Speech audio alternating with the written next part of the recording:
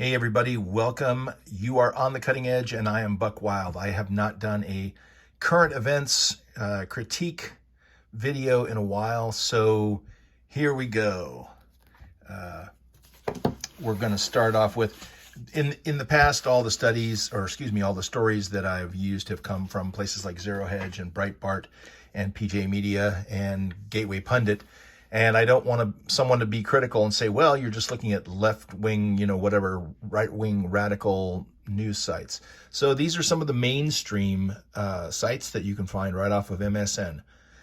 Let's start with this one because I think it's important. Biden says that the border crisis is not that important.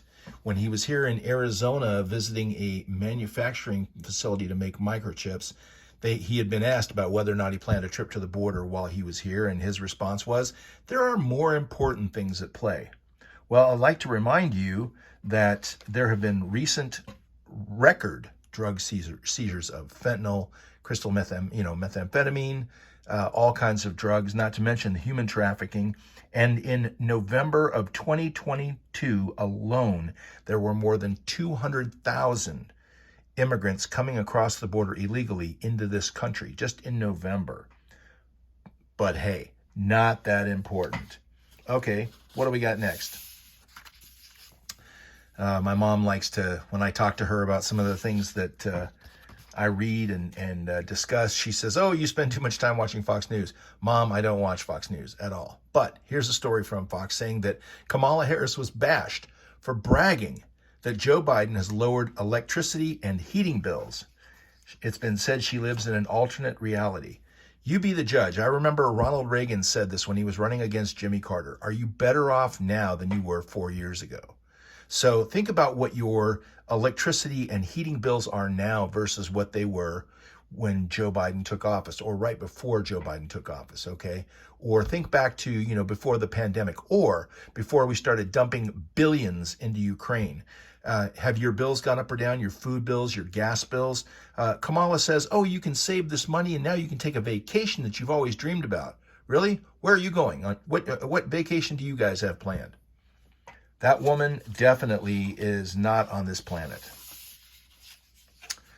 So the only way that you're not going to know about what's been going on in Palestine, East Palestine, Ohio, is if you have been living under a rock. Mike DeWine, the governor of Ohio, has repeatedly requested emergency assistance from the Biden administration. And FEMA continues to tell Governor DeWine that Ohio is not eligible for assistance. And FEMA says it's because it's not a, quote, traditional disaster. Oh, we're sorry that this chemical burn is poisoning your water, killing your pets, and making your people sick. That doesn't really qualify for a disaster under our book. These guys, whoever's in charge at FEMA, they need to go. Them, Buttigieg, you need to go. You need to find another job, man. You got one job and you're screwing it up. So then Joe Biden comes out and says, hey,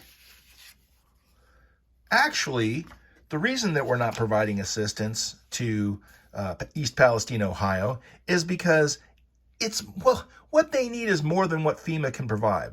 Excuse me. FEMA stands for Federal Emergency Management Administration, right? Not state, not county, not city. This is something at the federal level. So you're telling me that the United States of America, the federal government, the Joseph R. Biden administration, can't come up with the funds to help out the people in Ohio from a chemical disaster that was deliberately caused because those tanker trucks were deliberately set on fire to burn the chemicals. Okay, and now it's not just Ohio. There's people in Pennsylvania and Maryland and West Virginia and Virginia who are suffering the ill effects of this decision. Hey, I got an idea, Joe. How about if you stop sending billions of dollars to Ukraine and start spending it on things that we need here in America? Just saying. Oh, but you know what? If there's a snowstorm where you live, you qualify for emergency assistance. Now, don't get me wrong. I have no problem with the federal government helping out a Native American tribe if they're having issues because of a major snowstorm. There's states across the country right now, California being one of them, that are going to see as many as 100 sites where mail would be delivered is going to be shut down because of the winter storms that are coming through the country. So I get it. I'm not saying it's not an emergency. I'm just saying it's pretty bad optics when you're going to say, well, we'll help you out because of this snowstorm, because that qualifies as an emergency. But a toxic chemical spill that's produced a toxic cloud that's spreading over several states and poisoning water supplies, yeah, that doesn't qualify as an emergency. And oh, by the way, even if it did, it's more than what we can handle. But we'll send billions to Ukraine. Okay. I'm going to take a breath here and calm down and give you guys a little something to chuckle about.